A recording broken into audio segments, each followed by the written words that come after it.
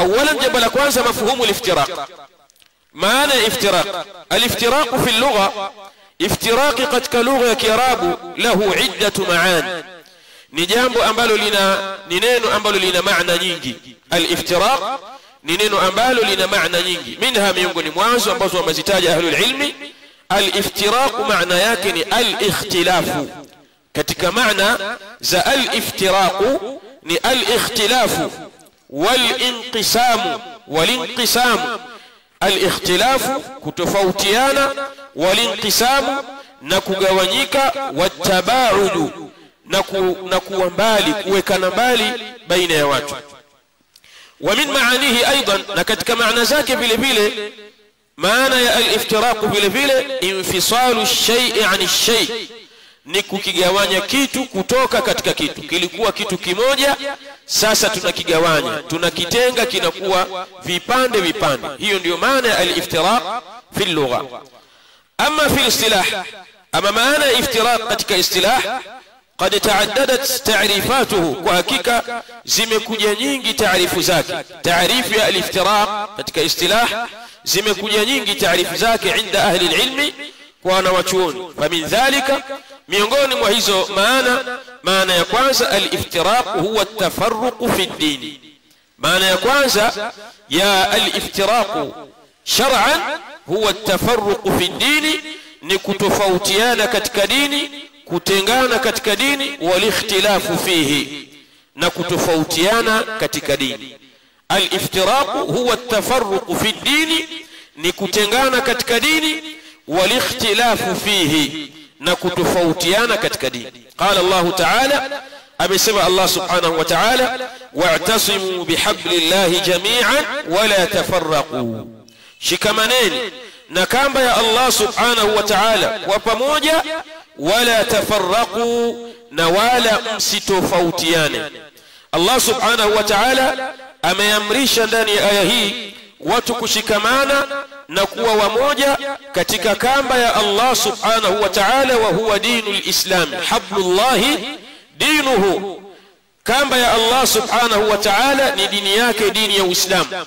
Allah anawataka watu wote washikamane na waungane katika dini ya Allah subhanahu wa ta'ala kwa pamoja, wala tafarraqu, na wala msitofautiane, na wala msitengane. kukawa kuna kundi la watu fulani na kisha kuna kundi la watu wengine, hilo amelikataza Allah subhanahu wa ta'ala. kwa hivyo katika maana za al-iftiraq shar'an, maana yake ni at-tafarruq, kama alivyosema Allah subhanahu wa ta'ala, wala tafarraqu, na wala msitofautiane. وقوله تعالى, نقول ياك الله سبحانه وتعالى نسيما ولا تكونوا كالذين تفرقوا واختلفوا, na wala msiwe kama wale ambao wametengana na wametofautiana, min ba'di ma ja'ahumul bayyinat, baada ya kuwajia wao ubainifu, baada ya kuwajia wao alhujja, baada ya kuwajia wao alilm. wa ulaika lahum adhabun adhim, na hao wana wao adhabu kali kwa Allah subhanahu wa ta'ala. katika aya hii kadhalika Allah subhanahu wa ta'ala amekataza jambo la at-tafarruq wal-ikhtilafu fi ad-din.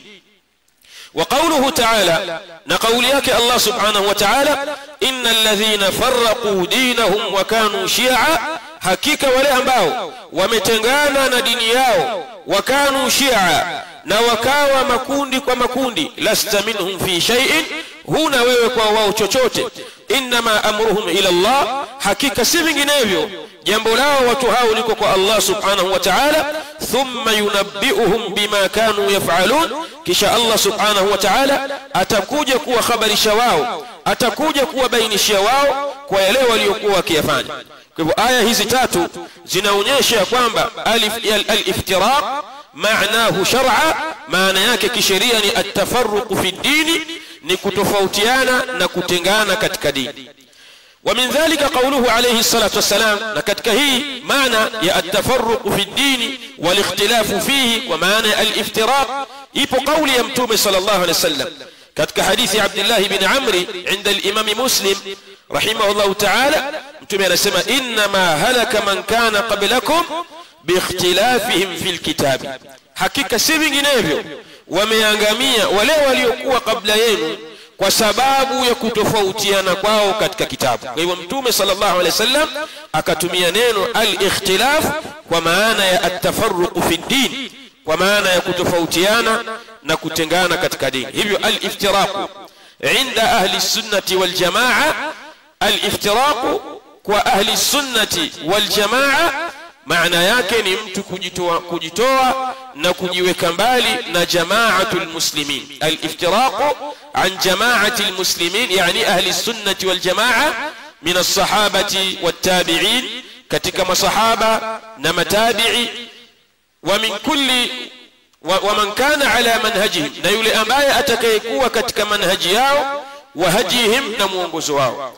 Kwa hivyo al-iftiraq an jamaatil muslimin, tunaposema mtu huyu ametengana na jamaa ya Waislamu, ni yule ambaye amejiweka mbali na jamaatu sahaba na kundi la masahaba, amejiweka mbali na masahaba wa tabi'in, na amejiweka mbali na matabi'i, wa man kana ala manhajihim, na wale ambao watakaokuwa katika manhaji yao, manhaju sahaba wa tabi'in, wa hadihim, na wale ambao watakaokuwa katika mwongozo wao. Faman khalafa sabilahum, hivyo yule yote ambaye atakhalifu njia yao, atajitenga, ataamua kutafuta utaratibu wake, fi amrin, katika jambo ambalo yaqtadi al-khuruj an usulihim, linahukumia jambo hilo kutoka katika misingi yao, fil i'tiqadi, katika mambo ya kiitikadi, au shudhudhi anhum, au kukhalifiana nao fil manahij, katika mapito na njia, au al-khuruj ala a'immatihim, au kutoka dhidi ya viongozi wao, au istihlali as-sayfi fihim, au kuhalalisha upanga kwa wao, fahuwa mufariqun, mtu huyo anaitwa mufariqun, ni mtu ambaye amejitoa na amejitenga katika jamaa ya Waislamu. Kwa hivyo kila yule ambaye atakhalifu njia ya masahaba katika jambo ambalo linahukumia kutoka katika misingi ya kiitikadi, na jambo ambalo linahukumia kukhalifu njia yao masahaba na ahlus sunnati wal jamaa, na kutoka dhidi ya viongozi wao na kuhalalisha upanga kwa wao, basi mtu huyo anaitwa mufariqun. Wa fi hadha al-ma'na qawluhu alayhi salatu wassalam, na katika maana hii kuna kauli yake Mtume sallallahu alayhi wasallam aliposema, man kharaja min at-ta'a, yoyote atakayetoka katika taa ya kuwatii viongozi. Man kharaja min at-ta'a, yoyote atakayetoka katika taa ya kuwatii viongozi, wa faraqa al-jamaa, na akajitenga na jamaa, akajiweka mbali na jamaa, famata, mtu huyo akafa, mata mitatan jahiliya, mtu huyo atakuwa amekufa kifo cha jahiliya. Mtu ambaye atakayetoka katika taa ya kiongozi, akatoka katika taatu ulati al-umur, akajitoa katika taa ya watawala, wa faraqa al-jamaa, na akajitenga na jamaatul muslimin, akajitenga na umoja wa Waislamu, famata, mtu huyo akafa, Mtume anasema mata mitatan jahiliya, mtu huyo atakuwa amekufa kifo cha jahiliya.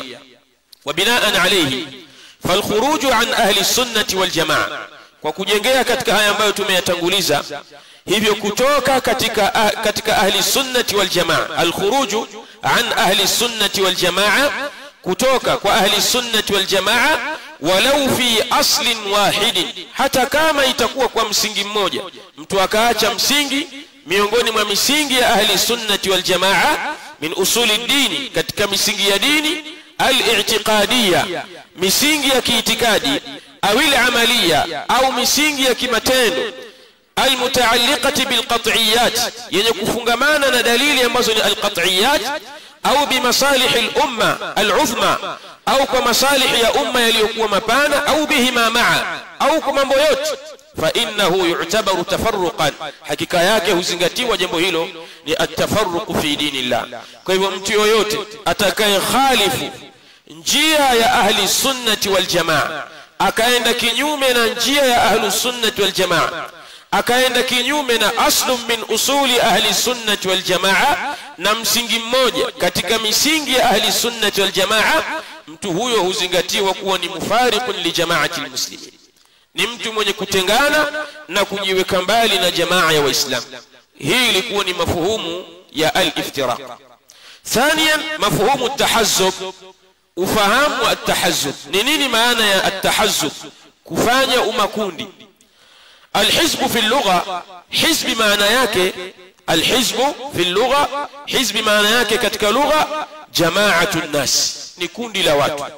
Tukisema hizbullah maana kundi la watu, kundi la Allah subhanahu wa ta'ala. Na tukisema hizbu shaytan maana kundi la watu, kundi la shaytan. Kwa al-hizbu fi lugha jama'atun nas.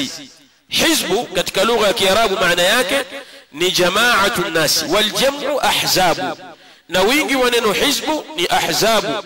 Wa hizbu ar-rajuli, na tunaposema hizbu ar-rajuli kundi la mtu fulani, maana yake ni ashabuhu wa junduhu alladhina ala ra'yihi, ni wale watu wake na jeshi lake ambalo wako katika rai yake. Tunaposema al-hizbu katika lugha ya Kiarabu maana yake ni jama'atun nasi, ni kundi la watu. Hiyo ndio maana ya al-hizbu fi lugha. Ama fi istilah, ama katika lugha ambayo wamekubaliana ahlul ilm, al-hizbu istilahiyan fahuwa kullu jama'atin laha ra'sun. Katika lugha ya kisheria sasa tukisema hizbu maana yake huwa kullu jama'atin laha ra'sun, ni kila kikundi ambacho kina kiongozi, ni kila kikundi ambacho kina kiongozi wake maalum, sawaan qallat am kathurat, sawa sawa kikundi hicho watakuwa wachache au watakuwa wengi. Tawali wa taadi ala asasi alhizbi, watu hao wakawa wanaungana, wanafanyiana alwalau, wanapendana, wataadi, na wanafanyiana uadui, ala asasi alhizbi, katika misingi ya kikundi. Yani kuna kuwa na misingi ambayo wamejitengenezea wao wenyewe kundi kama kundi, kisha panakuwa na kiongozi, na wakawa watu hao wanafanyiana alwalau walbara, wanapendana na kadhalika kuchukiana kwa sababu ya misingi ya kundi lao. Ile misingi ndio itafanya wapendane baina yao, na ile misingi ndio itafanya wachukiane baina yao. Kama falhizbi, alhizbiyu عند أهل السنة والجماعة السلفيين هو كل من خالف منهج النبي صلى الله عليه وسلم. hivyo hizbi maana yake sasa, alhizbiyu maana yake عند أهل السنة والجماعة, wanaposema fulanun hizbiyun, fulani ni mtu hizbi, maana yake kullu man khalafa manhaj an-nabiy sallallahu alayhi wasallam, ni kila yule ambaye amekwenda kinyume na mwenendo wa mtume sallallahu alayhi wasallam, wa sunnatahu, na amekwenda kinyume na sunna ya mtume sallallahu alayhi wasallam, fa huwa min ahzabi dhalal, mtu huyo atakuwa katika makundi yaliyopotea. Alipoulizwa Sheikh Rabi' rahimahullahu ta'ala kuhusiana na alhizbi, man huwa alhizbi, ni nani mtu hizbi, faajaba kullu man khalafa manhaja an-nabi, kila yule ambaye atakayekhalifu njia ya mtume sallallahu alayhi wasallam, wa sunnatahu, na mwenendo wake, mwenendo wa mtume sallallahu alayhi wasallam, fa huwa min ashabi dhalal, mtu huyo min ahzabi dhalal, atakuwa ni katika makundi yaliyopotea. Kwa hivyo hapa tumepata maana ya alhizbi shar'iyan au kisheria. Maana ya hizbi kisheria ni kila yule ambaye amekhalifu njia ya mtume sallallahu alayhi wasallam na amekhalifu mwenendo wa mtume sallallahu alayhi wasallam, mtu huyo anakuwa min ahzabi dhalal, anakuwa katika makundi yaliyopotea. Kwa hivyo nukta ya kwanza tumejifunza maana ya alhizb lughatan, kadhalika maana ya alhizb istilahan, kadhalika tumejifunza maana ya aliftiraq lughatan, kadhalika tumejifunza maana ya aliftiraq shar'an. Sasa tukiingia katika upande wa suwaru alhizbiyya, aina na namna mbalimbali za uhizbi. Uhizbi uko wa aina wa aina ngapi? Ahlul ilmi wanaeleza alhizbiyya lahu au laha suwarun kathira. Uhizbiyya una namna nyingi, una aina nyingi. Alhizbiyya laha suwarun kathira, uhizbiyya una aina nyingi. اولا اين ya kwanza, قد تكون حزبيه unaweza ukawa alhizbiyatu hizbiyata buldani, ukawa ni ukundi, watu wametengeneza kundi, lakini ukawa ni ukundi kwa sababu ya miji fulani. Wakaungana watu wakatengeneza kikundi, hicho kikundi kikawa na kiongozi na wakawa na misingi yao wamejiwekea wao wenyewe, watu wa miji fulani. Hii inaitwa hizbiyatu buldani, uhizbia wa watu wa miji. Aina ya pili, unaweza ukawa uhizbi hizbiyatan siyasiya au hizbiyatu siyasiya, uhizbi wa kisiasa, umakundi wa kisiasa. Watu wakatengeneza chama chao cha kisiasa, kisha wakawa na kiongozi wao na wakajiwekea misingi yao, wakapendana kwa ajili ya misingi hiyo na wakachukiana kwa ajili ya misingi hiyo, misingi ya kisiasa. Hii ni aina ya nyingine ya uhizbi, unaitwa hizbiyatun siyasiya, uhizbi wa kisiasa. Thalithan, uhizbi wa aina ya tatu ni hizbiyatun qabila, uhizbiyatun qabila au hizbiyata qabilatin, umakundi au ukundi wa kikabila. Watu wa kabila fulani wakaamua wao kutengeneza kiongozi wao na wakaweka misingi yao, wakapendana kwa ajili ya misingi hiyo na wakachukiana kwa ajili ya misingi hiyo. Hili kundi hili linaitwa hizbiyatu qabila, uhizbi wa kikabila. Rabi'an, aina ya nne katika aina za kihizbi ni hizbiyatu bismi jumuiya, ni uhizbi kwa jina la taasisi au jumuiya fulani. Watu wakatengeneza taasisi yao na wakatengeneza kikundi chao, ikawa kile kikundi kina kiongozi na yule kiongozi ana misingi yake ambayo ameiweka, pamoja na kikundi wanamfuata kwenye misingi hiyo, wanapendana katika misingi hiyo na wanachukiana vile vile kwenye misingi hiyo. Hii ni aina ya nne. Na aina ya tano, unaweza kuwa uhizbi vile vile ukawa ni hizbiyatun au hizbiyata asabiyatin li shaykhin, ni uhizbi wa taassubi kwa shekhe fulani. Ukawa uhizbi wa taassubi, ushabiki kwa shekhe fulani. Shekhe fulani ana wafuasi wake, ikawa watu hao wamejiwekea misingi yao juu ya shekhe wao, wanapendana kwa ajili ya shekhe huyo na wanafanyiana uadui kwa ajili ya shekhe huyo. Aina ya sita ya uhizbia ni hizbia limas'alatin mukhtalafin alaiha, ni kufanya uhizbi katika mambo ambayo ahlul ilmi wametofautiana juu yake. Kwa hivyo sura za uhizbi ziko nyingi ambazo wamezitaja ahlul ilmi. Fatara ba'dahum, utawaona baadhi yao, yatahazzabuna libaladi, wanafanyiana umakundi, wanatengeneza umakundi kwa sababu ya mji fulani, au li siyasatin, au kwa sababu ya siasa, au li jum'iyatin, au kwa sababu ya jum'iyya, au li shaykhin, au kwa sababu ya shaykh, au li mas'alatin, au kwa sababu ya jambo fulani, duna mura'atin li wihdati almuslimin, basi na kuchunga ule umoja wa Kiislamu ambao Allah subhanahu wa ta'ala ameuhimiza katika Qur'an, wala li ukhuwatihim, wala basi na kuchunga ule udugu wao, udugu wa Kiislamu. Faya wailun man yukhalifu, ni mbaya aliyoje yule ambaye atakayewakhalifu wao katika misingi yao. Wa ya wailun man yukhti'u hizbahum, na ni ubaya ulioje kwa yule ambaye atakayelikosoa kundi lao, au shaykhahum, au akamkosoa shekhe wao, huyo atakuwa ni adui yao.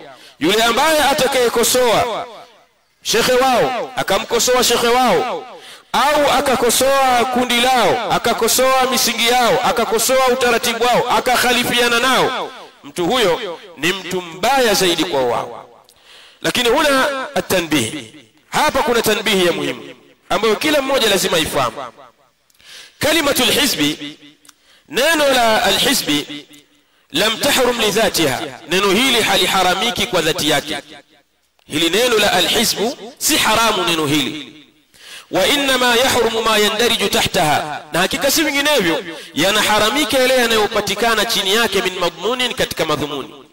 Walihadha nara anna Allah ta'ala, na kwa ajili hii tunaona hakika Allah subhanahu wa ta'ala qad qassama an-nasa ila hizbayn ithnayn la thalitha lahum. Allah subhanahu wa ta'ala amewagawanya watu katika makundi mawili na hakuna kundi la tatu. Al-awwal, kundi la kwanza, Allah subhanahu wa ta'ala samahu bihizbillahi, Allah ameliita kundi hilo kuwa ni hizbullah. Wahum, nao ni wale ambao mimman tahazzabu wajtama'u ala ma yurdi Allah ta'ala, ni wale ambao wametengeneza kundi na wameungana katika yale ambayo yenye kumridhisha Allah subhanahu wa ta'ala. Haithu akadat subhanahu wa ta'ala, pale aliposema Allah subhanahu wa ta'ala kwa msisitizo ala nasrihim, juu ya nusra yao, kwamba watu hawa ambao wataungana katika yale yanayomridhisha Allah subhanahu wa ta'ala, Allah amewaahidi wao nusra, wa ghalabatihim, na Allah subhanahu wa ta'ala ameahidi ushindi wao fi dunya wal akhirah, katika dunia kadhalika akhirah.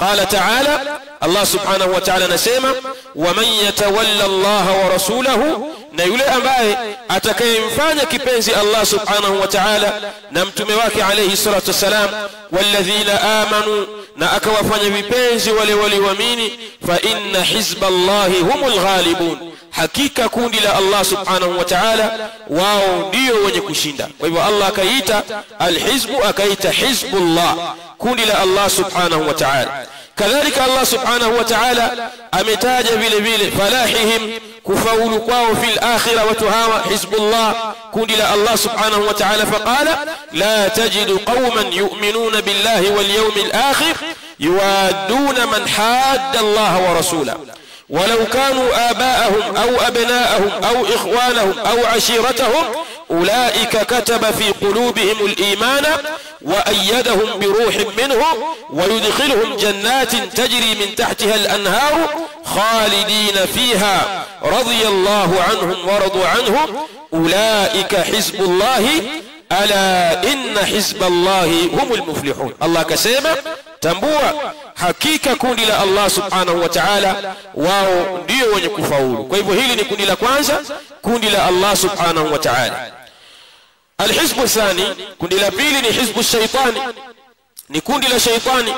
Na kundi la shaitani ni wale ambao mimman tahazzabu wajtama'u ala ma la yurdi Allah ta'ala, ni wale ambao wametengeneza kundi na wameungana katika kile ambacho hakimridhishi Allah subhanahu wa ta'ala. Haithu akada ta'ala ala khasaratihim, pale ambapo Allah subhanahu wa ta'ala ametaja kwa msisitizo juu ya khasara yao, wa adami falahihim, na kutokufaulu kwao fi dunya wal akhirah, katika dunia na akhirah. Allah kasema istahwadha alayhim ash-shaytanu فأنساهم ذكر الله أولئك حزب الشيطان, hilo ni kundi la shaitani. Ala inna hizba ash-shaytani humul khasirun, tambua hakika kundi la shaitani wao ni wenye kula khasara. Kwa hivyo Allah subhanahu wa ta'ala ameyagawanya makundi ya watu katika makundi ya aina mbili. Kuna hizbullah ambao wao wana ghalaba, wana ushindi, wana an-nasru, wana nusra, wana al-falahu fil akhirah, wana kufaulu akhirah. Lakini vile vile Allah subhanahu wa ta'ala akawagawanya watu vile vile katika hizbu shaitan, katika kundi la shaitani ambao wao hawana kufaulu katika dunia wala katika akhera, na wana wao hasara kubwa mbele ya Allah subhanahu wa ta'ala. Kwa hivyo kipengele cha kwanza tumejifunza alhizbu, hizbu waliftiraqu maanahu lughatan wa shar'a, maana yake kilugha na kisheria. Alfaslu thani, kipengele cha pili, bayanu nusus shar'iyya, tutataja ubainifu wa dalili za kisheria fi dhammi at-tafarruq fi ad-din, katika kusema vibaya hili jambo la kutengana katika dini, kuwa makundi katika dini. Walhasi ala al-ijtima', na himizo juu ya watu kuungana katika dini. Awalan, tukianza na al-adillatu min al-kitab, dalili katika kitabu za kubainisha juu ya kusemwa vibaya jambo la at-tafarruq fi ad-din, kutofautiana katika dini na kuhimizwa juu ya watu kuwa kitu kimoja. Dalili ya kwanza ni kauli yake Allah subhanahu wa ta'ala aliposema ya ayyuhalladhina amanu, enyi ambao wameamini, ittaqullaha haqqa tuqatihi, mcheni Allah subhanahu wa ta'ala ukweli wa kumcha yeye subhanahu wa ta'ala, wala tamutunna illa wa antum muslimun, na wala msife isipokuwa na ninyi ni waislamu. Thumma qala, kisha Allah kasema wa'tasimu bihablillahi jami'an, nashikamaneni katika kamba ya Allah kwa pamoja, wala tafarraqu, na wala msitofautiane. Allah subhanahu wa ta'ala katika aya hii anasisitiza na kuhimiza watu wawe kitu kimoja na wala wasitofautiane katika dini ya Allah subhanahu wa ta'ala. قال ابن جرير رحمه الله تعالى في تفسير هذه الآية يريد بذلك تعالى ذكره، أنا قصدي الله سبحانه وتعالى وتمسكوا بدين الله، nashikamaneni na dini ya Allah subhanahu wa ta'ala alladhi amarakum bihi, dini ambayo Allah subhanahu wa ta'ala amekuamrisheni kwayo, wa ahdihi, nashikamaneni katika ahadi ya Allah subhanahu wa ta'ala alladhi ahidahu ilaykum, ambayo Allah subhanahu wa ta'ala amekuahidini fi kitabihi, katika kitabu chake, ilaykum, kwenu nyinyi, min al-ulfati wal-ijtima'i ala kalimati al-haqqi wat-taslimi li amri Allah, katika kuungana na kuwa kitu kimoja juu ya kalimatul haqq, juu ya neno la haki la ilaha illa Allah, wat-taslimi li amrihi, na kujisalimisha katika maamrisho yake Allah subhanahu wa ta'ala. Kwa hivyo aya hii inahimiza na kusisitiza watu wakae katika dini moja, watu wakae tahta kalimatil haqq, chini ya neno la haki, wakae wote chini ya kalima ya la ilaha illa Allah, na watu wasitofautiane katika dini hii ikiwa dini yao ni dini moja. Na dalili ya pili ni kauli yake Allah subhanahu wa ta'ala aliposema innamal mu'minuna ikhwa, si vinginevyo waumini wote ni ndugu. Nasat hadhihi aya, imetolea dalili aya hii alkarima ala taakhi fillah, katika kupendana na kufanyiana udugu kwa Allah subhanahu wa ta'ala, watahabbi fihi, na kupendana kwa ajili ya Allah subhanahu wa ta'ala. Kwa aya hii imeeleza vile vile at-taakhi fillah, watu kufanyana udugu kwa ajili ya Allah subhanahu wa ta'ala, watahabi fihi subhanahu wa ta'ala, na kupendana kwa ajili ya Allah subhanahu wa ta'ala. Qala al-Imam Sa'di rahimahullah ta'ala, al-Imam Sa'di rahimahullah ta'ala katika tafsiri ya aya hii anasema innamal mu'minuna ikhwa bitanasuri ala al-haq, waumini wote ni ndugu kwa kunusuriana katika haki, waumini wote ni ndugu katika kunusuriana baina yao katika haki, wataawuni alayhi, na kusaidiana juu yake, wataalufi baina almuslimin, na kuungana baina ya waislamu, wa adami taqatu', na kutokukatana baina yao waislamu kwa waislamu. Dalili ya tatu ya kusema vibaya jambo la atafarruq fi din, na kuhimiza kuungana na kuwa kitu kimoja baina almuslimin, ni kauli yake Allah subhanahu wa ta'ala aliposema wa anna hadha sirati mustaqiman fattabi'uhu, na hakika hii ndiyo njia yangu mimi iliyonyooka, fattabi'uhu, ifuateni njia hiyo, wala tattabi'u subula, na wala msivifuate vijinjia, fatafarraqa bikum an sabilihi, vitakutafautisheni na njia yake Allah subhanahu wa ta'ala. alikum wasaakum bihi la'allakum tattaqun, hilo anakuhusieni kwalo Allah subhanahu wa ta'ala ili mpate kuwa wacha Mungu. Al-Allama As-Sa'di rahimahullah ta'ala katika tafsiri ya aya hii, wa anna hadha sirati mustaqiman fattabi'uhu, na hakika hii ndiyo njia yangu mimi iliyonyooka, ifuateni. Ay hadhihi al-ahkam, hukumu hizi, wama ashbahaha, na yale ambayo yanafanana na hukumu hizi, mimma bayyanahu Allah kitabihi, ni miongoni mwa yale ambayo Allah subhanahu wa ta'ala ameyabainisha katika kitabu chake, wa waddahahu liibadihi, na ameweka wazi kwa ajili ya waja wake, ameibainisha Allah subhanahu wa ta'ala siratullahi almusilu ilayhi, njia ya Allah subhanahu wa ta'ala yenye kuwafikisha watu kwake Allah subhanahu wa ta'ala, wa ila dari karamatihi, na kufikia katika nyumba ya karamu zake Allah subhanahu wa ta'ala, almu'tadilu, njia ambayo ni yenye kunyooka, as-sahlu, njia ambayo ni nyepesi, al-mukhtasir, njia ambayo ni mukhtasir. Fattabi'uhu, Allah anasema ifuateni njia hiyo, fattabi'uhu, ifuateni njia hiyo, litanalu al-fawza wal-falaha, ili mpate kufaulu na kufuzu, watudriku al-amala wal-afraha, na ili mdiriki matarajio mazuri na furaha, wala tattabi'u subula, na wala msivifuate vijinjia, ay at-turuq al-mukhalifa li hadha at-tariq, msizifuate zile njia ambazo zenye kukhalifiana na njia hii, fatafarraqa bikum an sabilihi, ay tudillukum anhu, njia hizo zitakupotezeni na njia ya Allah subhanahu wa ta'ala, wa tufarriqukum yaminan wa shimala, na zitakutenganisheni kuliani na kushotoni. Kwa hizo ni dalili kwenye Qur'ani zinazokataza jambo la atafarruq fi dini, watu kutofautiana katika dini, na ni dalili ambazo zinahimiza watu kuungana katika dini ya Allah subhanahu wa ta'ala. Pate adhana kisha tutaendelea na muhadhara wetu inshallah.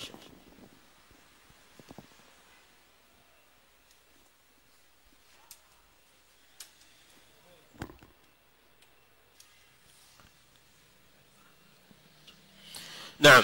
ثانيا جنب الأبيل الأدلة من السنة دليل كتك سنة في الحث على الجماعة والأمر بلزومها كتك كهميزة يويوات كوة كتك جماعة وإسلام كوة كتك أموجة وإسلام والأمر بلزومها نما أمريش يكون زميان جماعة المسلمين.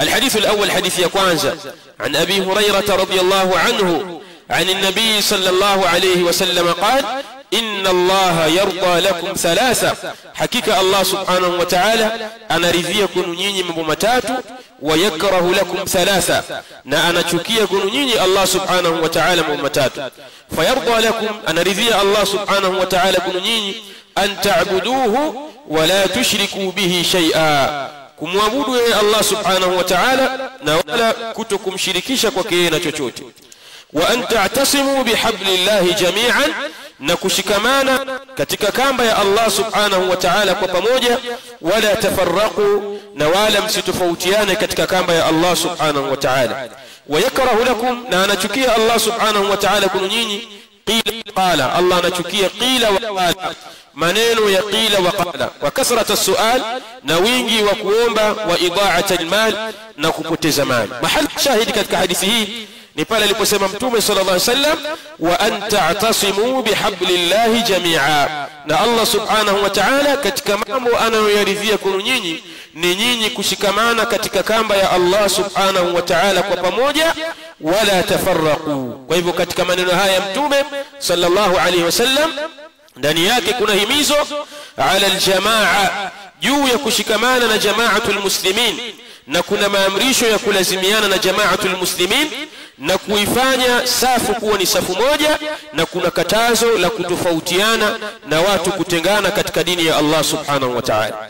Alhadithu thani katika hadithi ambazo zinahimiza juu ya kuwa katika jamaa na kulazimiana na jamaatul muslimin ni hadithi Hudhaifa ibn al-Yaman رضي الله تعالى عنه قال أنا سمع حذيفة كان الناس يسألون رسول الله صلى الله عليه وسلم عن الخير وكنت أسأله عن الشر مخافة أن يدركني فقلت يا رسول الله إنا كنا في جاهلية وشر فجاءنا الله بهذا الخير فهل بعد هذا الخير من شر قال نعم قلت وهل بعد ذلك الشر من خير قال نعم وفيه دخن قلت وما دخنه قال قوم يهدون بغير هدي تعرف منهم وتنكر قلت فهل بعد ذلك الخير من شر قال نعم دعاة إلى أبواب جهنم من أجابهم إليها قذفوه فيها قلت يا رسول الله صفهم لنا قال هم من جلدتنا ويتكلمون بألسنتنا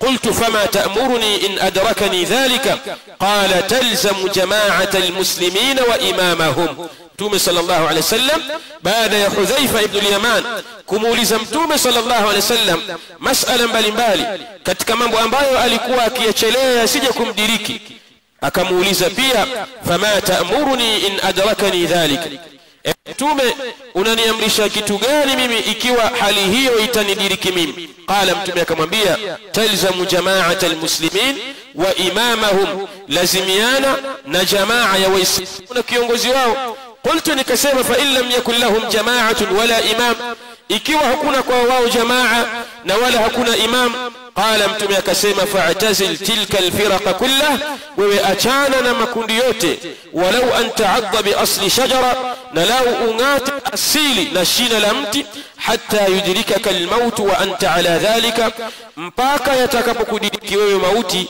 na wewe ukiwa katika hali hiyo. Mtume sallallahu alaihi wasallam anamhimiza Hudhaifa ibn al-Yaman kushikamana na jamaatul muslimin.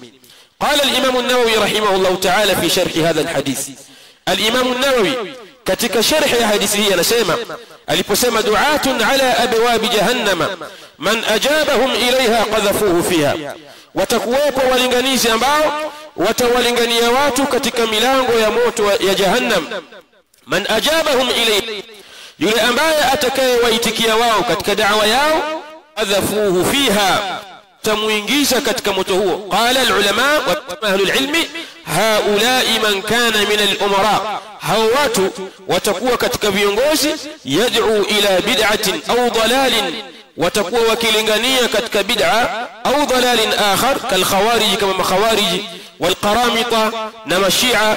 wa fi hadithi la katika hadithi ya Hudhaifa, katika hadithi ya Hudhaifa hii luzumu jama'ati almuslimina wa imamihim, kuna jambo la kulazimiana na jamaa ya waislamu na kiongozi wao, wa wujubu ta'atihi, na uwajibu wa kumtii kiongozi, wa infasaqa, hata kama kiongozi huyo atakuwa fasik, wa amila almaasi, hata kama kiongozi huyo atafanya maasi. wa biljumla fa inna inayat Allah ta'ala, hakika kutilia umuhimu kwa Allah subhanahu wa ta'ala, wa inayat nabiyhi sallallahu alayhi wasallam, na kutilia umuhimu kwa mtume wake Muhammad sallallahu alayhi wasallam, bibina'i almujtama'i almuslim, katika kujenga jamii ya Kiislamu, min dakhilihi, kuanzia ndani yake, binaan muhkaman qawiyyan, jengo ambalo limepangika vizuri na lenye nguvu kubwa, ala al-ulfati wal mahabbati wa wihdati al-kalima, juu ya kuungana na kupendana na kulifanya kuwa neno kuwa ni moja, wajtima'i al-qulub,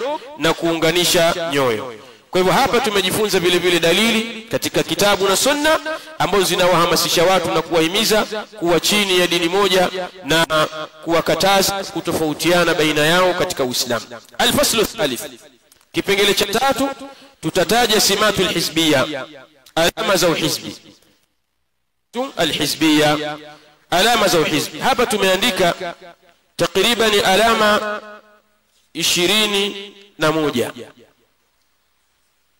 Sasa tukitazama muda sijui kama utatutosha muda huu, kwa hivyo nitakwenda haraka haraka. Sasa simatul hizbiyya, alama za uhizbiyya. Utamjuaje kama fulani ni hizbi, fulani ni mtu hizbi? Jambo la kwanza katika alama zao kubwa alhizbiyun, mahizbi, kwanza ni alfurqatu fi dini, ni kutofautiana na kutengana katika dini. Alfurqatu fi dini, kutofautiana na kutengana katika dini, wad'awatu ilaiha, na kulingania katika alfurqu fi dini, watu kutofautiana na kutengana katika dini, tahta sitari taaddud aljamaat alislamiyya, chini ya pazia ya kuongezeka makundi ya Kiislamu, kwamba makundi ya Kiislamu yanatakiwa yawe mengi. Makundi ya Kiislamu yanatakiwa yawe mengi, kundi hili na kundi lile na kundi lile. Hivyo ndivyo ambavyo wanavyolingania alhizbiyun. Wa annaha yukammilu ba'daha ba'dan, na ya kwamba hakika yake yanakamilishana makundi hayo baadhi yake kwa baadhi ya mengine. Na katika hili ametaja qaul al-Imam Abu al-Muzaffar as-Sam'ani rahimahullah ta'ala aliposema, wa mimma yadullu ala anna ahla al-hadithi hum ala al-haq, na miongoni mwa yale ambayo yanayojulisha ya kwamba ahlul hadithi wao ni watu wa haki, annaka law tala'ta jami'a kutubihim, hakika wewe lao utasoma vitabu vyao vyote, al-musannafa min awwalihim ila akhirihim, kuanzia wa mwanzo wao mpaka wa mwisho wao, qadimihim wa hadithihim, yule wa zamani katika wao na yule wa baadaye katika wao, ma'a ikhtilafi buldanihim, pamoja na kutofautiana miji zao, wa zamanihim, na kutofautiana nyakati zao, wa tabaudi ma bainahum min ad-diyar, na kutengana na kuwa mbali baina yao katika miji, wa sukuni kulli wahidin minhum qatran min al-aqtari, na kuishi kila mmoja miongoni mwao katika mji miongoni mwa miji, wajadtahum fi bayani al-i'tiqadi ala watiratin wahida, utakuta wao ahlus sunnati wal jamaa katika kubainisha itikadi wote wapo katika njia moja. Kwa hivyo ukiangalia vitabu vya ahli sunnati wal jamaa kuanzia wale wa mwanzo as-salafiyun mpaka wakati wao katika kubainisha masailu al-i'tiqad, utawakuta wao wote ala watiratin wahida, katika njia iliyokuwa moja. Na hii ni alama ya wazi ya kuonyesha kuungana kwao na kuwa kwao kitu kimoja, kwamba hawatofautiani baina yao, kuanzia wale wa mwanzo wa kipindi cha mwanzo mpaka wale hii. Ukisoma vitabu vyao utawakuta wote wako katika namat ya aina moja. Wa amma idha nadharta ila ahli al-ahwa'i wal bid'ah, ama utakapotazama ukatazama katika vitabu vya ahli al-ahwa, ukatazama katika vitabu vya ahli al-bid'ah, watu wa bid'ah, ra'aitahum mutafarriqina mukhtalifina shi'a, utawaona wao ni watu wenye kutengana, ni watu wenye kukhtalafiana, wako makundi kwa makundi, shi'an wa ahzaba. La takadu tajidu ithnain minhum, huwezi kukaribia kukuta wawili miongoni mwao ala tariqatin wahida, wawili tu wapo katika njia moja, huwezi kulikuta hilo. Fil itikadi, katika itikadi, yubaddi'u ba'dhum ba'dha, wanatiana katika bid'a baadhi yao kwa baadhi ya wengine. Bal yartaquna ila takfiri, bali wao wanapanda mpaka kufikia katika takfiri. Yukaffiru libnu abahu, tamkuta mtoto anamkufurisha baba yake. Warajulu akhahu, na utamkuta mtu anamkufurisha ndugu yake. Waljaru jarahu, na utamkuta jirani anamkufurisha jirani yake. Tarahum abadan fi tanazu'in wa tabaghudin, utawaona wao milele katika alama yao, wao wako katika at-tanazu', wako katika at-tabaghud wa ikhtilafin, na wako katika al-ikhtilaf. Utawaona ni watu wenye mizozo kila leo, wazunguka tu kwenye misikiti ya mahizbi, zunguka kwenye taasisi za mahizbi, utawakuta ni watu wenye tanazu' bainahum, ni watu wenye mizozo na migogoro baina yao na ikhtilafu baina yao. Tanqdi a'maruhum, umri zao zinaisha. Walam tattafiq kalimatuhum, na wala neno lao haliwezi kuungana, hawawezi kuungana hata siku moja, kwa sababu wao wameungana katika maslahi ya kidunia na si kwa ajili ya maslahi ya dini. Ndio Allah anasema tahsabuhum jami'an wa qulubuhum shatta dhalika biannahum qaumun la ya'lamun. Hadha huwa halul hizbiyyin, hii ndio hali ya alhizbiyun, hii ndio hali alhizbiyun. Fala takadu tarahum muttafiqina abada, huwezi kukurubia kuwaona wao ni wenye kuungana milele wakawa kitu kimoja. Fahadha tablighiyun wa akharu ikhwaniyun, utamuona huyu ni tablighi na yule mwingine ni ikhwani qutbi. Wa akharu bannawiyun, na utamuona mwingine ni mfuasi wa Hasan al-Banna. Wa rabi'u ma'ribiyun, na utamuona mwingine ni mfuasi wa al-Ma'ribi. Wal khamisu biladiniyun, na mwingine utamuona ni mfuasi wa Ibn Laden. Wasadisu yantami ila jama'ati at-takfir wal hijra, na mwingine utamuona anajinasibu katika jama'atu at-takfir wal hijra ila akhir. Kwa utamuona kila mtu yupo katika kundi lake. Huyo anajinasibisha na tablighi, huyo mwingine anajinasibisha na qutbi, huyo mwingine anajinasibisha na Hasan al-Banna, huyo mwingine anajinasibisha na al-Ma'ribi, huyo mwingine anajinasibisha na Ibn Laden. Kila mmoja yuko kivyake, kila mmoja ana kundi lake.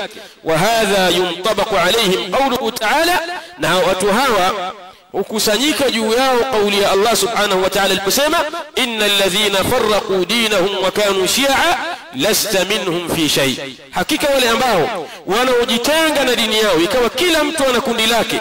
Wakanu shi'a ay wakanu ahzaban, wakawa makundi kwa makundi. Lasta minhum fi shay, huna wewe kutoka kwa wao chochote. Mtume anaambiwa wewe hauna chochote kutoka kwa wao, kwa sababu ni watu wamejitenga na wamejiweka mbali kila mmoja na kundi. Kwa alama ya kwanza katika alama za hizbia ni alfurqatu fi din, ni kutengana na kutofautiana katika dini.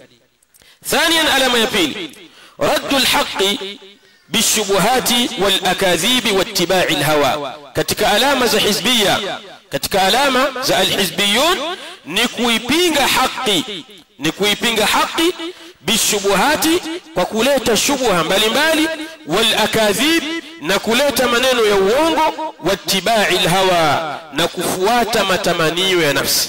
Utawaeleza wao haki, lakini wataikataa haki kwa kukuletea shubha mbalimbali na kukuletea uongo, lakini vile vile na kufuata matamanio ya nafsi zao.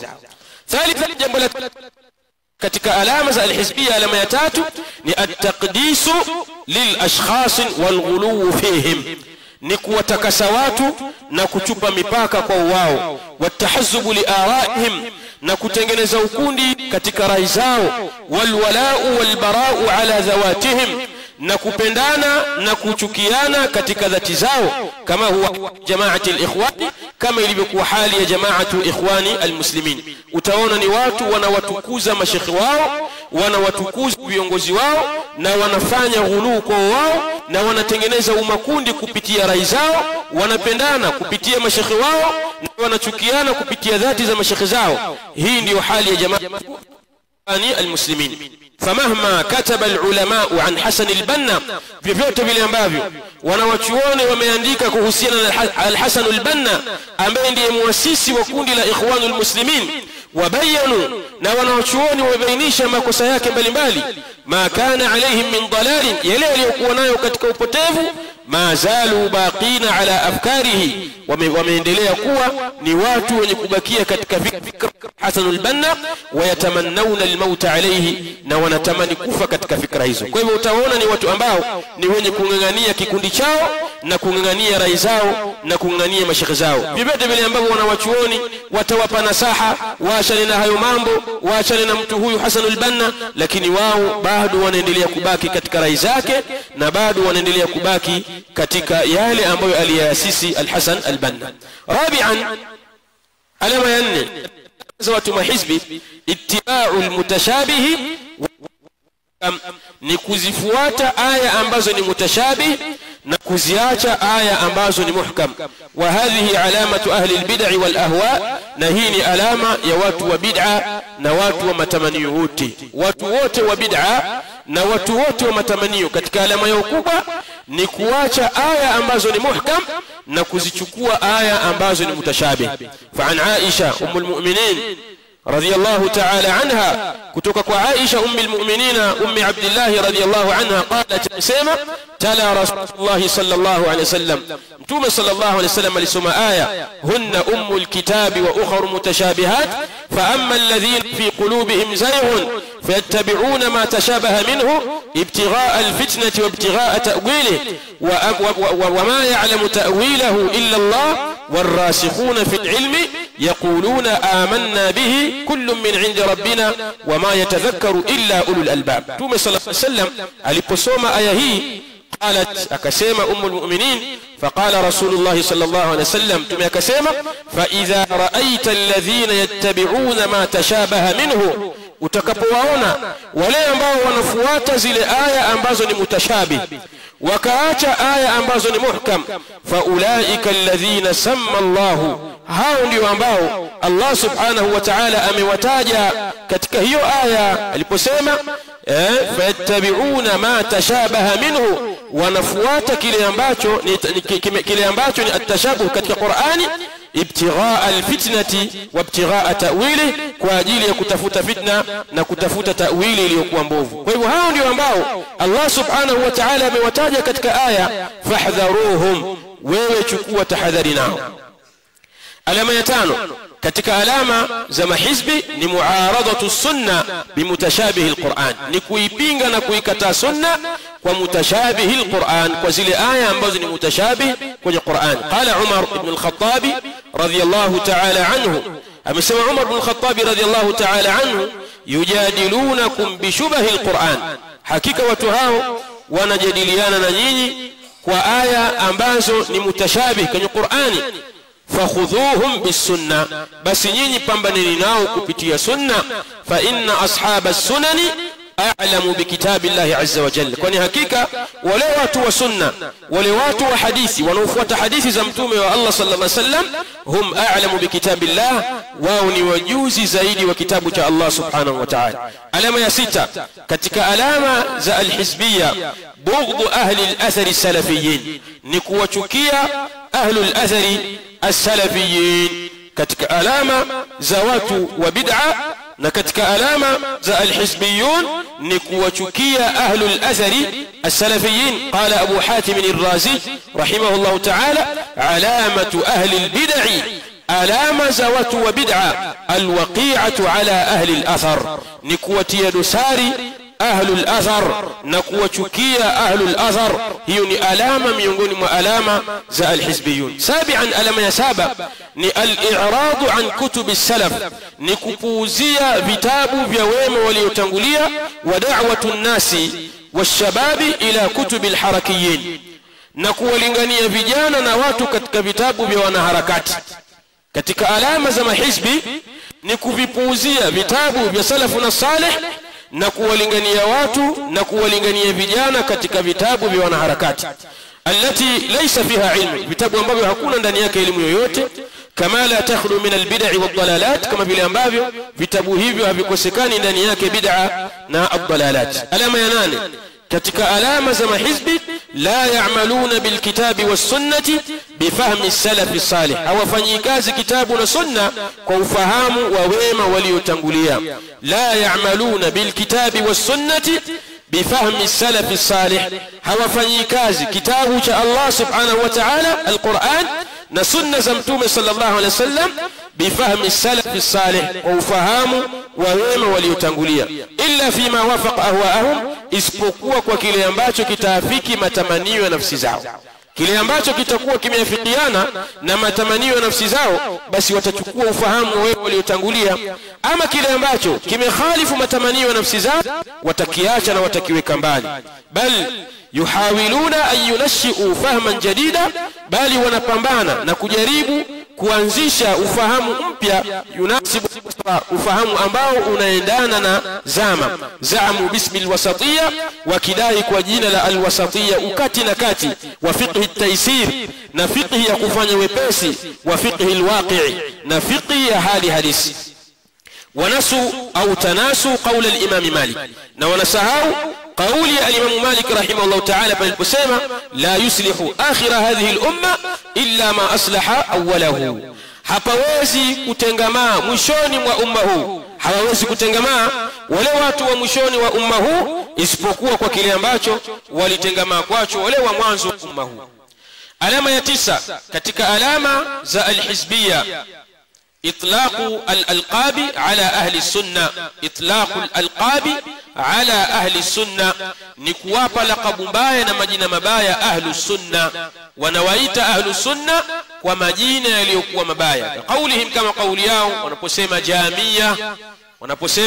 jamia, au wanaposema madkhaliya, au wakasema salafiyya jadida, au wakasema ulama salatin na mfano wa majina haya. Ukiona mtu anamuita mtu fulani jina hili au mfano wa jina hili, basi tambua ya kwamba mtu huyo ni hizbi. Wasalafuhum fi dhalika, na kiongozi wao katika hili, hum ahlul bid'i, ni watu wa bid'a, alladhi ahla sunna, ama walikuwa wakiwaita sunna biannahum hashwiyya, walikuwa wakiwaita ahlu sunna ya kwamba wao ni hashwiyya, au walikuwa wakiwaita ahlu sunna biannahum mujassima, ya kwamba wao ni mujassima, wa ghayruha min al-alqabi, na mengineyo katika majina. Qala Abu Hatim ar-Razi, al-Imam Abu Hatim ar-Razi rahimahullah ta'ala anasema, alamatu ahli al-bid'i, alama za wazushi, alamatu ahli al-bid'i, ukitaka kumjua mtu fulani ni mzushi, alwaqi'atu fi ahli al-athar,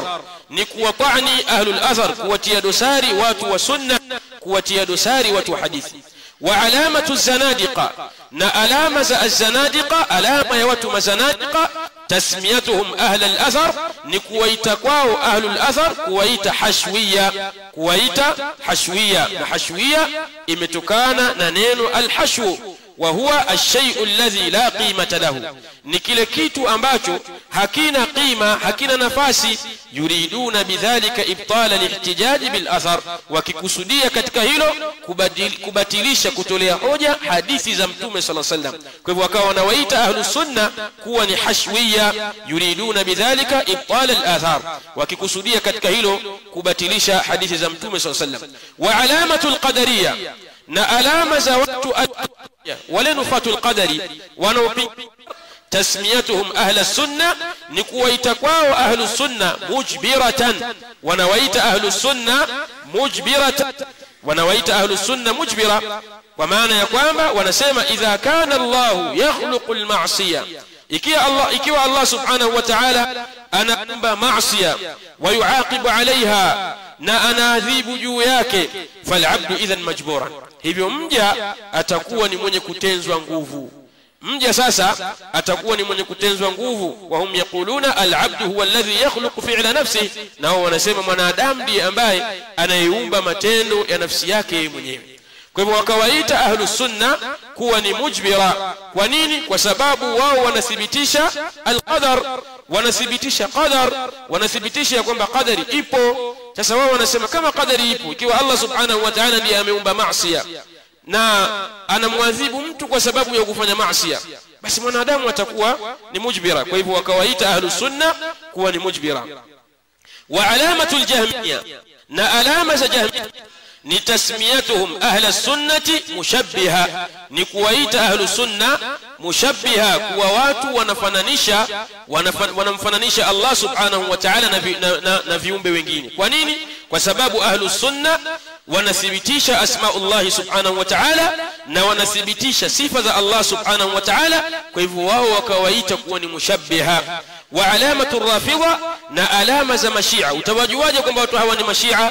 Ni tasmiyatuhum ahla al-athari nasiba, ni kuwaita kwao ahlul athari nasibatan, kwamba ni watu ambao wanawachukia na wanawaweka mbali baiti rasulillah sallallahu alaihi wasallam, watu wa nyumba ya mtume ya Allah sallallahu alayhi wasallam. Kwa hii ni alama ya 9 katika alama za alhizbiyun. Alama ya 10, almusara'atu fi at-takfir, ni kukimbilia na kuharakia katika kukufurisha. Ukiona mtu ni mwepesi katika jambo la at-takfir, kukufurisha, basi ujue mtu huyo ana shay min alhizbiyya, ana sehemu katika uhizbi. Qala Abu al-Aliya rahimahullah ta'ala, amesema Abu al-Aliya rahimahullah ta'ala, قد أنعم الله علي بنعمتين، وحقيقة من نعمة الله سبحانه وتعالى نعمة بيلي، لا أدري أيهما أفضل، سجوني إيبي بوركة كهزو نعمة بيلي. أن هداني للإسلام، الله سبحانه وتعالى أمن ينغز ميمي كتكو إسلام، ولم يجعلني حرورية، نولا الله سبحانه وتعالى حكوني فنميمي كواني حرورية، حكوني فنميمي كواني خارج. ألام يكون من موجة كتك ألام زي الحزبيون، الطعن في علماء السنة، نكوتي دساري علماء السنة، والكذب عليهم، نكو سمي وونغو جوياو، ووصفهم بالتشدد، نكو سفواو علماء السنة ونواتووني والسنة كوصفوا كمبني واتو وتشديدي، نواتو ومكازو سانا، والتسرع ننواتو ونهارك سانا، والمداهنة ننواتو ونمداهنة، وعدم الفهم بالواقع، نكتو كفهام حالي حالسية، هوايجوي حالي حالسية، إلى غيرها من الكلمات، نمجينيو كتك منينو ambayo wanayatupia kwa ulamau as-sunna. Alama ya 12, qalbu al-haqa'iq, ni kugeuza uhakika wa mambo. Inapokuwa jambo uhakika wake ni hili, basi wao katika alama zao ni kugeuza ule uhalisia. Nanyi mnafahamu yale yaliyotokea kwa yule mmoja aliyeulizwa kuhusiana na pesa fulani, si ndio? Alipoulizwa kuhusiana na pesa fulani akasema anazo huyo, na hali ya kuwa hana mtu huyo. Na alama ya 13 ni al-ulfa. alama ya 13 ni al-ulfa. Wanasema ahlul ilmi, هذه القاعدة الذهبية التي استخدمها السلف، هي قاعدة الذهبية ambayo wameitumia as-salaf likashfi ahli al-bid'ah, kwa ajili ya kuweka wazi ahli al-bid'ah, wayastakhdimuha ahli as-sunnah, na vile vile qaida hii, kanuni hii wanaitumia ahli as-sunnah fi kulli zamanin, katika zama zote, likashfi al-hizbiyyin, kwa ajili ya kuweka wazi mahizbi, alladhina yukhfuna tahazzubahum, ambao wanauficha uhizbia wao. Fa idha shakakta fi manhaji shakhsin, pindi utakaposhakia katika manhaji ya mtu yoyote, wa khafiya alayka amruhu, na likafichikana kwako wewe jambo lake, kwamba mtu huyu yuko vipi, ma alayka illa an tara julasaa, basi hakuna juu yako isipokuwa wewe tazama tu watu wake, wale watu wanaokaa nao, tazama wale watu anaokaa nao, litarifa haqiqata amrihi, ili uweze kujua uhakika wa jambo lake.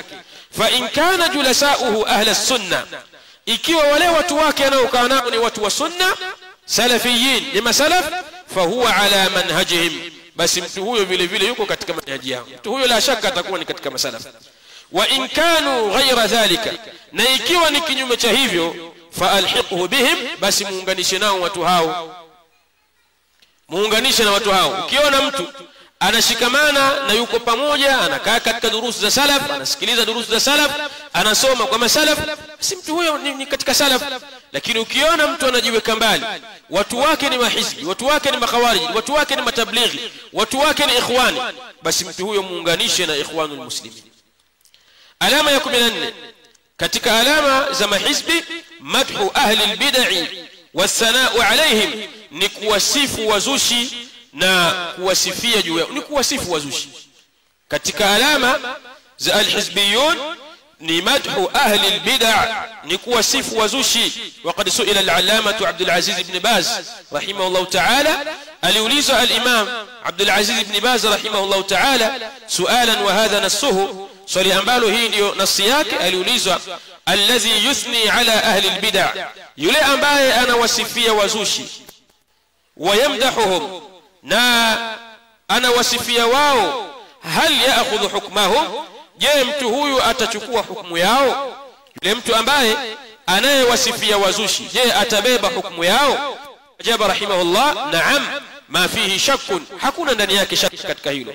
Man asna alaihim, yule yote ambaye atakayewasifia wazushi, wa madahahum, huwa da'i lahum, mtu huyo ni da'i wao, huwa da'i lahum, mtu huyo ni mlinganizi wao, yad'u lahum, ana walingania wao, hadha min du'atihim, hapana shaka mtu huyu ni katika walinganizi wao.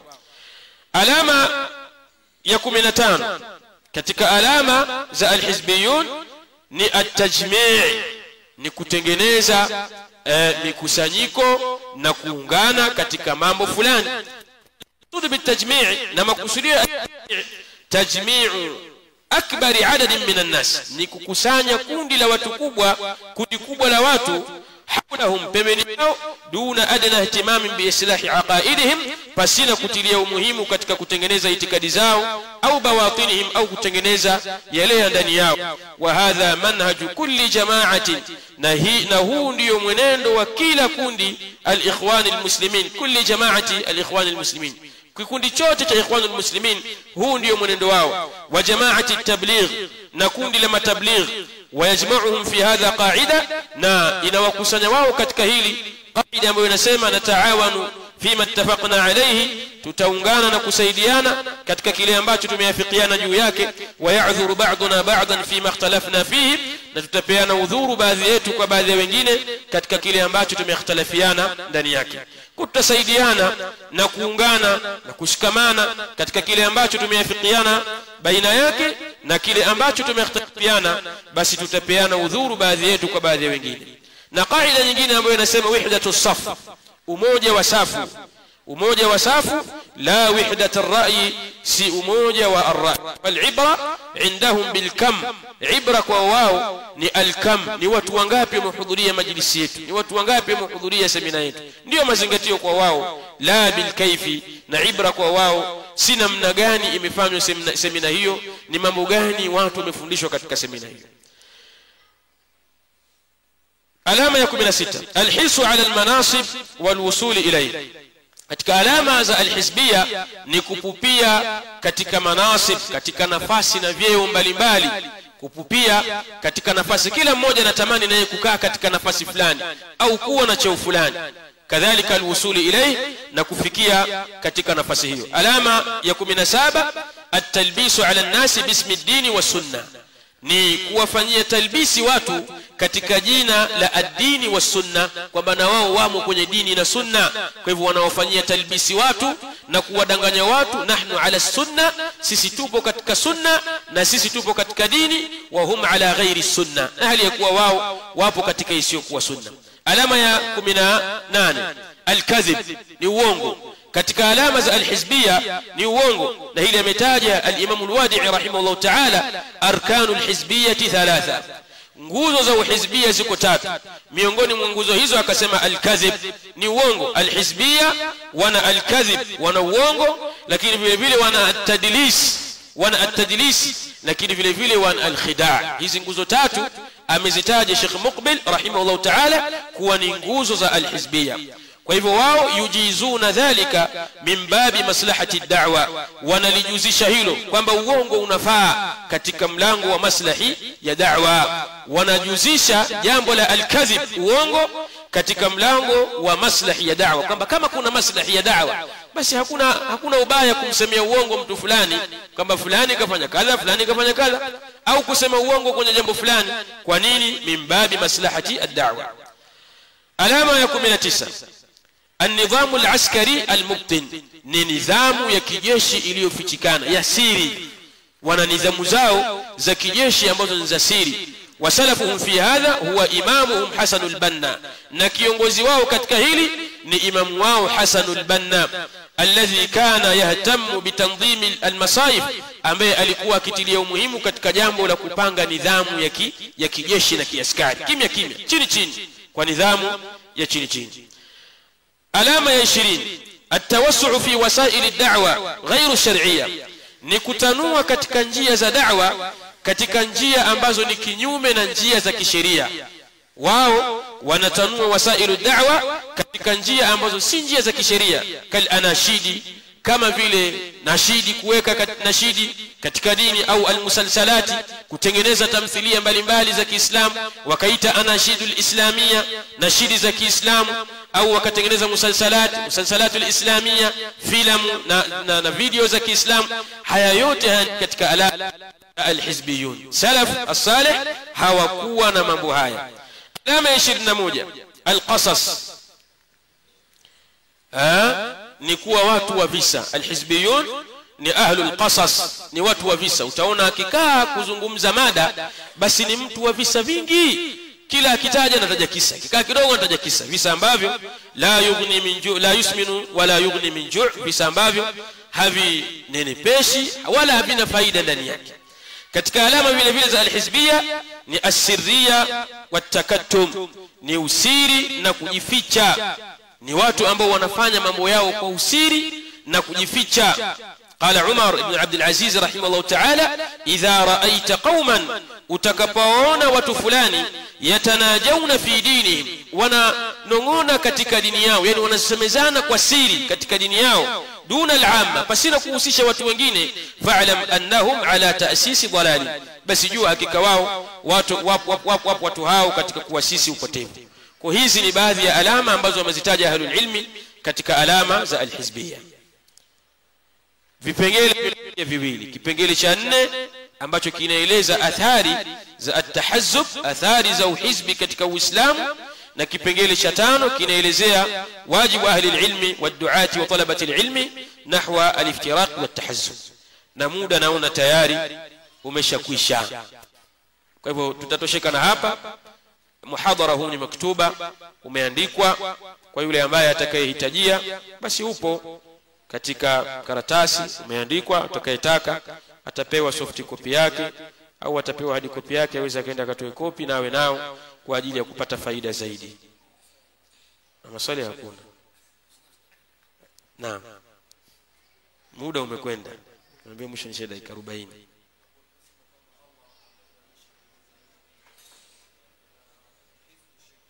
na Hizbullah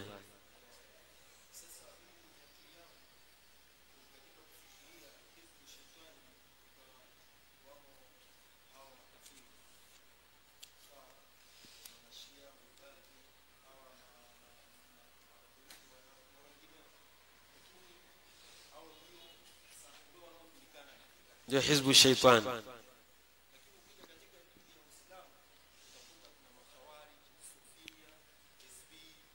Wote hao ni hizbu shaitan kwa sababu ni duatun ala abwabi jahannam, ni walinganizi wanawalingania watu katika milango ya motoni. Kwa wote hao ni